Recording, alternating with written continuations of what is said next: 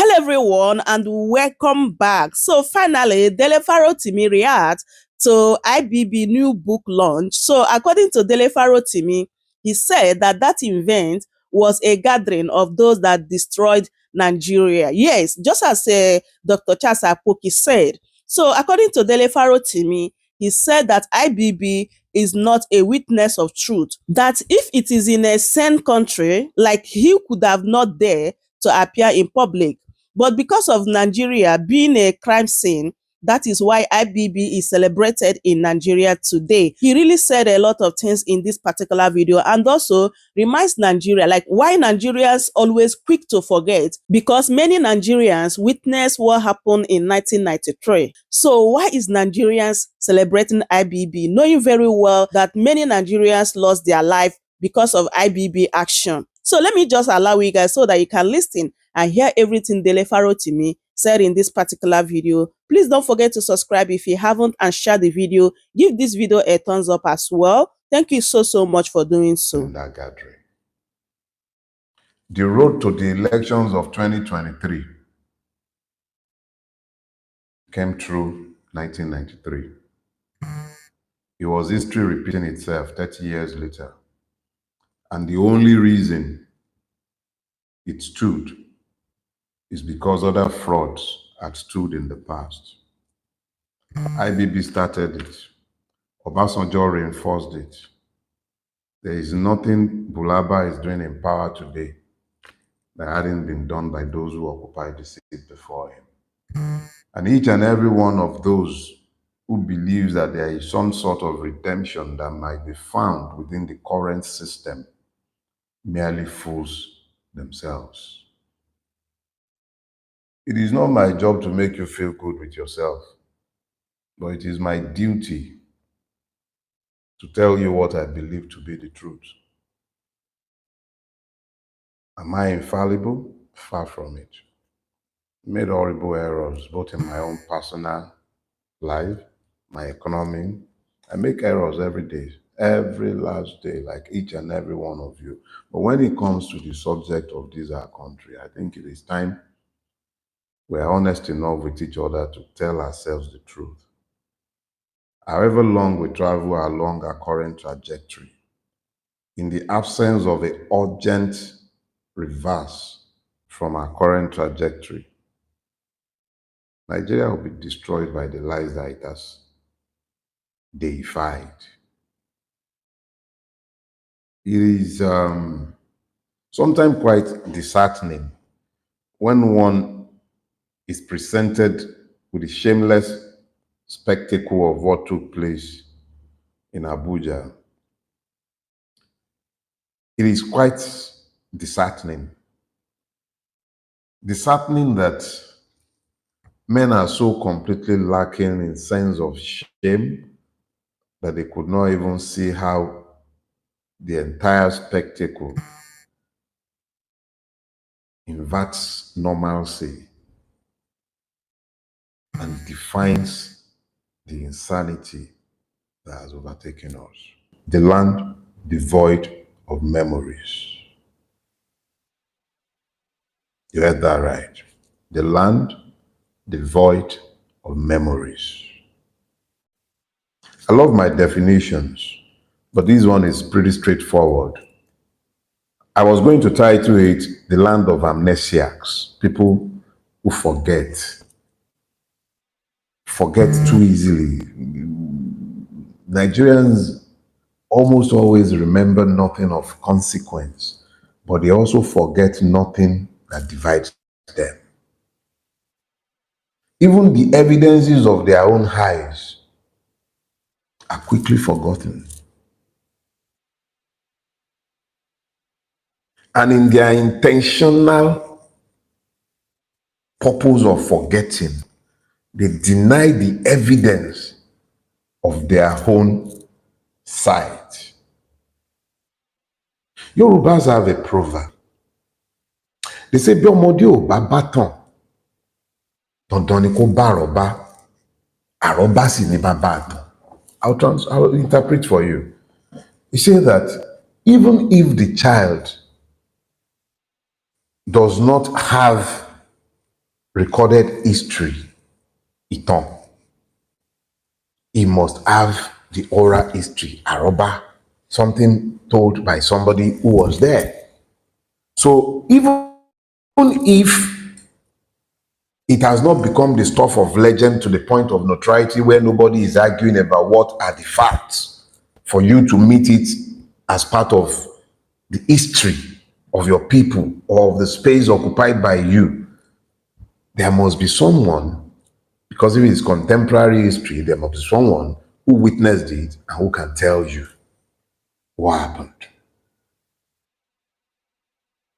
But this is for a people who do not just dwell in the present. This is the memory, the capacity to remember is given to those who have retained the capacity to think, who have retained the capacity to discern. Those are the ones who have the capacity to remember, to memorialize, to retain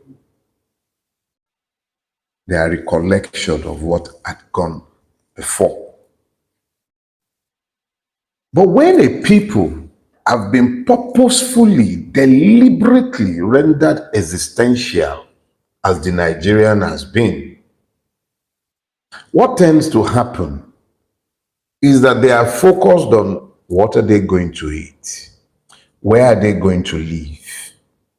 How safe are they where they are living or existing? These basic considerations that we should be well above are the things that preoccupies the Nigerian. He gets up in his house if he's living in a place like Lagos and is employed at any distance from his home, whether self-employed or working for someone else. The average person living in Lagos does not sleep beyond 5 o'clock. Average, I said, I did not talk. Anyway, so he does not get back home again until about 11 in the evening. And those are the bulk of those who should be the critical mass of thinkers, memorializers, those who have kept memories that shapes their future. They're too occupied. Weaponized poverty, weaponized ignorance that constantly tells them what to think, who to blame. Their oppressors own the media, print and electronic. They belong to the oppressors. When the lion is the one that repeatedly tells the story of the hunt, it would always glorify the predator. Constantly, they are told who to hate, subtly and by innuendos, and their memories are distorted where they are left. So you've got weaponized ignorance, you've got weaponized poverty. So how do such a people retain their capacity to remember? Where they have failed to make the people forget, they have either falsified history or sullied the memories of the heroes, the labors of heroes past. What heroes, I pray? Can you really, in good conscience, point to a single Nigerian hero that had not been destroyed by the specter of religiosity, ethnicity, or some other slander or propaganda, so that those in the present who have ruined and are continuing to ruin the country do not have anyone by which they might be compared? Look, it is not by accident that for over 2 decades, history was removed from our curriculum. The curriculum is already useless enough as it is. It's graduating engineers that cannot build roads, and you still have to bring engineers from Lebanon, from Turkey, from China, everywhere but Nigeria. on almost all major projects in a country of over 200 million people. We're exporting, look, don't let me be derailed. Critical point is this: deliberately, almost everybody capable of remembering have found themselves undermined by something or the other. They've either been forced into some form of exile or the other, or they've been bought and silenced. So nobody ever seems to remember anything again. They demand that we must forget. And you know, the thing about our memories, and it is critical that we never ever forget this. The thing about our memories is that they are also the guides to our future. Your memory of what transpired the other time would help you to remember what choices to avoid today. Look, let me share something with you. After the NSAS protest in 2020, I began to observe a very strange phenomenon on my Facebook feed. Facebook was my introduction to social media. And then I noticed something very strange began to happen in early 2021, actually. I couldn't access my Facebook memories. So I had my lawyers write a letter to Facebook for no reason whatsoever. Every other person could access their own, but I couldn't access my memory. Some people who posted stuff that I had posted years before were able to repost it, but I, the original person who made the post, just couldn't access my memories. I came into the public space around this time and I mentioned it. And then after a while, after like 2-3 years, it stopped. I could access my memories again. And it reminded me of something that had happened, a debate that had taken place between myself and my assistant.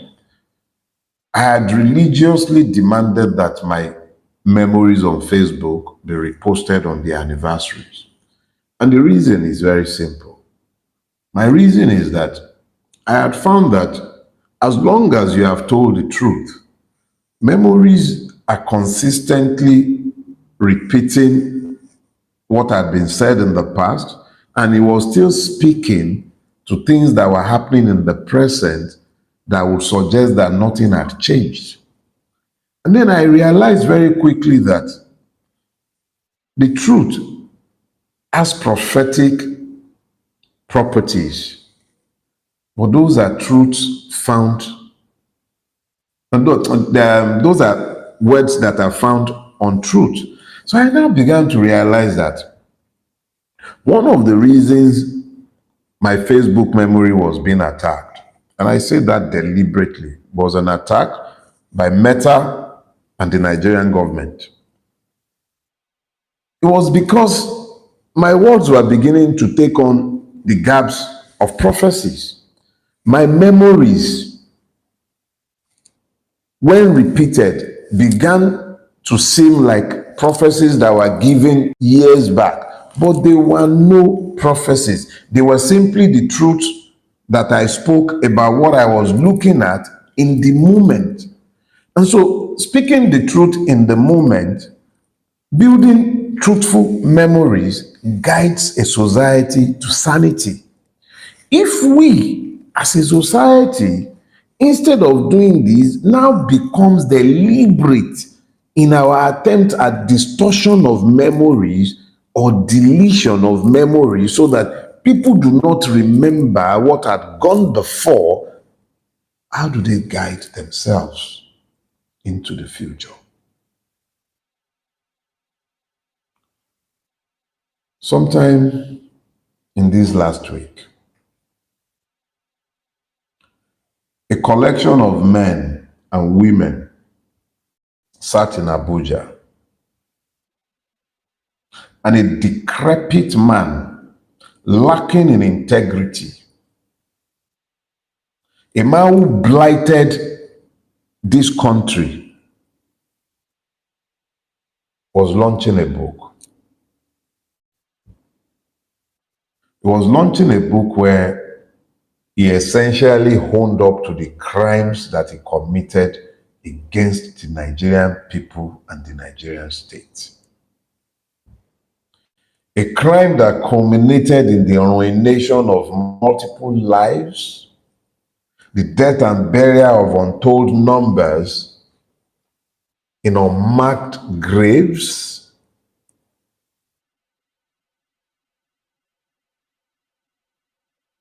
He didn't tell us, by the way, who killed Dele. Not a word.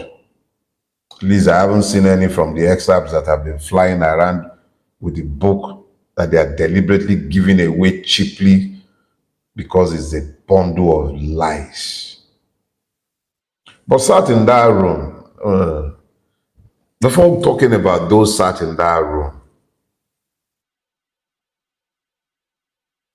I think it is important that, without intending to scandalize anyone,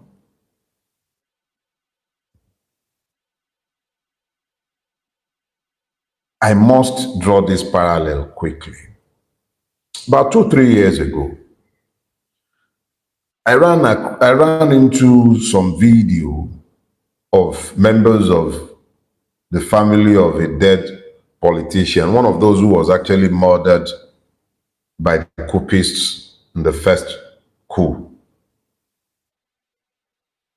And his children were celebrating, I think, a memoriam in his honor.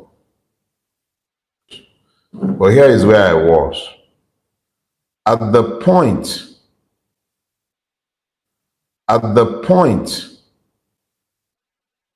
when their father was killed in the first coup, the man was reputed as being the most corrupt of Balewa's ministers. But by the time his children were celebrating his memorial, he was being celebrated as a great nationalist. This is possible in a society that has failed to document its history, or that has resorted to a distortion of history, So those who should be examples of reprobates are being erodified, even as the witnesses of that history have died out. So as a society, when you fail to document history, you concede the right to write whatever they care in their hagiographic exercises.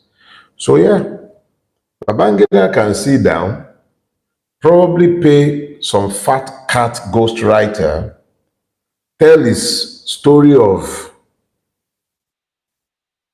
disservice to a people and to the memories of multiple persons whom he disrespected with his many lies, half-truths, and urban legends.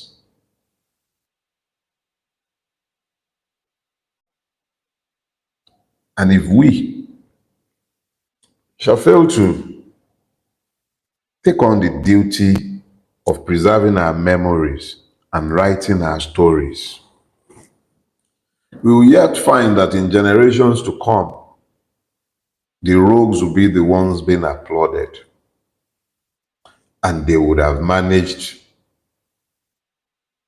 to criminalize the saints. The real heroes would have been forgotten. And then in that all, you have what I will call the mutual validation club. One of those, and I'm not talking about written history, I was there as a witness of history. I remember Chief Obasanjo, or shall I say General Obasanjo, in that season, talking about how Abiola was not the Messiah that Nigeria required. And when that Messiah came to power in 1999, stepping on the blood of Abiola, he did nothing to acknowledge the sacrifice of Abiola. He spent 8 years running away from the ghost and shadow of Abiola. And in looking to erase Abiola's memory, he desecrated even the memories of all those who lost their lives in the struggle for the actualization of June 12. The many lies about Abiola began to fly around in those days to justify painting him out and refusing to acknowledge the sacrifice. So the mutual validation club was right there. Obasanjo was in attendance. And there he was, even as Ibrahim Badamashi Babangida was acknowledging what we already all knew. MQ won the election. So what was IBB telling us? Oh, I forget. The Mutual Validation Club was right there. The Jagaban of the universe, who today sits in Aso Rock, a beneficiary of Abiola's sacrifices, was also sat there. Oh, and don't worry, I'm sure Mr. Peter Obi already knows exactly what I think of his attendance at that gathering. Nobody sat in that gathering covered themselves with any glory. It shows a crass lack of sensitivity for those who have suffered and are continuing to suffer as a result of what happened in 1993.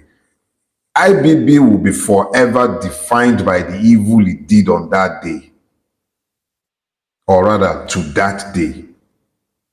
IBB is busy pontificating and blaming everybody but himself. A gathering of vultures. So let's be clear. All those who gathered there were merely members of a mutual validation club.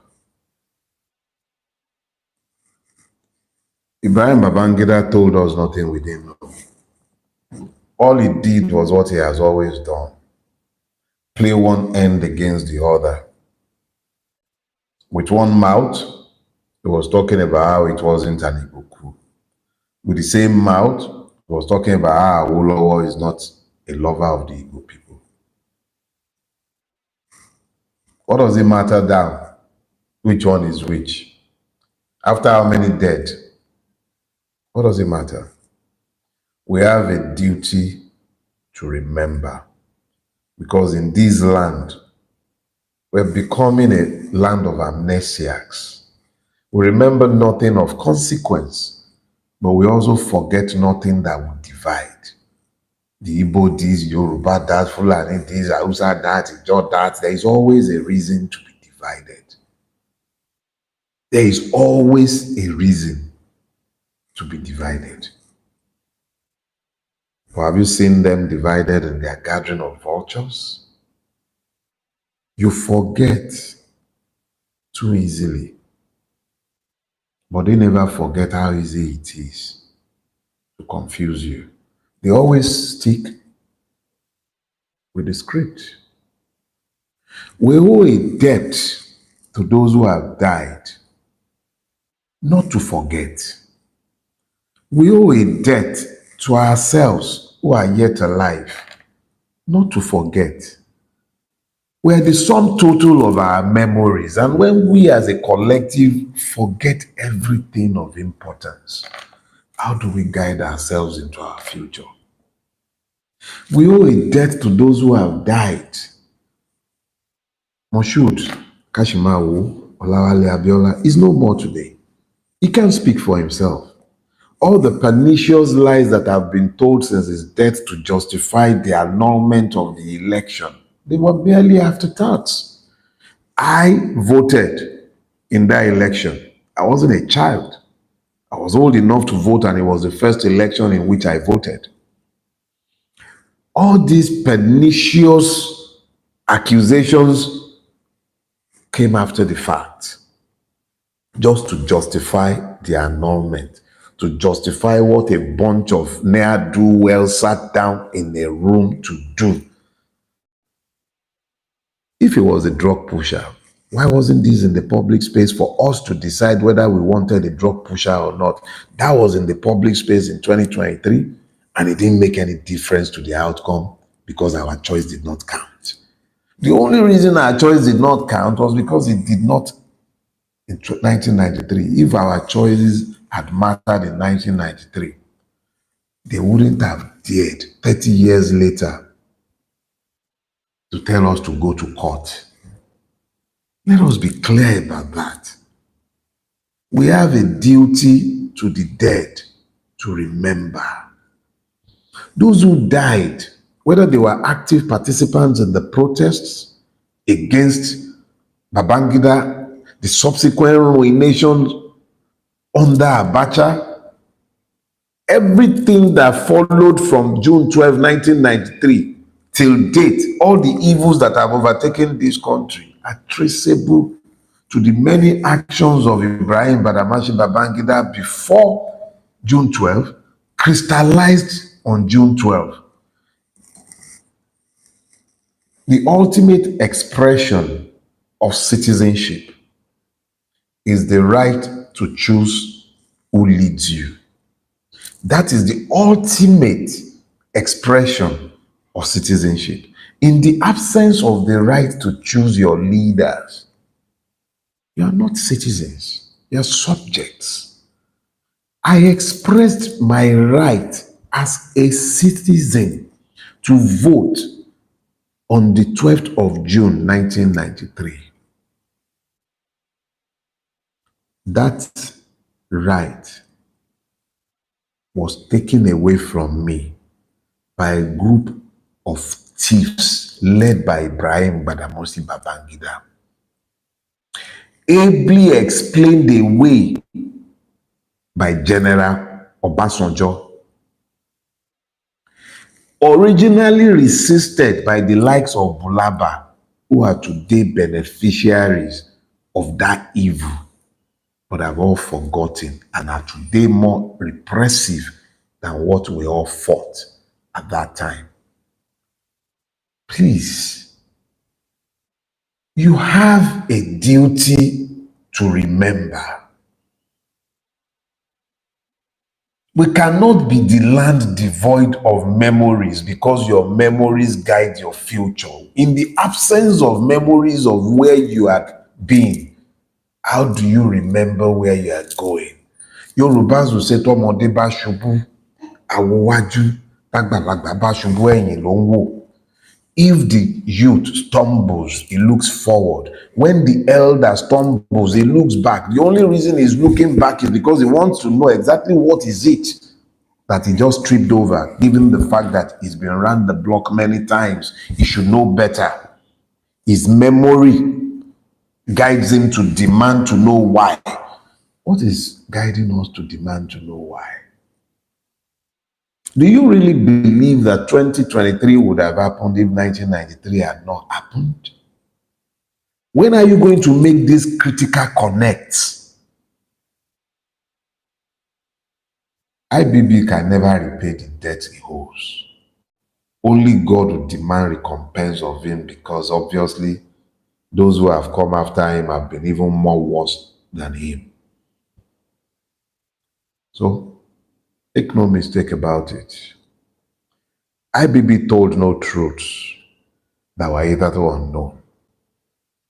And he admitted to the most controversial of all, only in an effort to subjectify every one of the many lies by which he has defined his life. So move on. If you're looking for truth, stop doubting your own memories. Look for truthful accounts of history, and look for those who will tell you the truth. Do not be the land devoid of memories. But be careful where you read your history. Ibrahim Badamashi Babangida is not a witness of truth. and is placed in the gallery of rogues is all but assured. And he said, I'm going to see you all next week. And when you're coming to church next week, come with your tithes and your offering. And before I go, it is critical for all of us to remember this.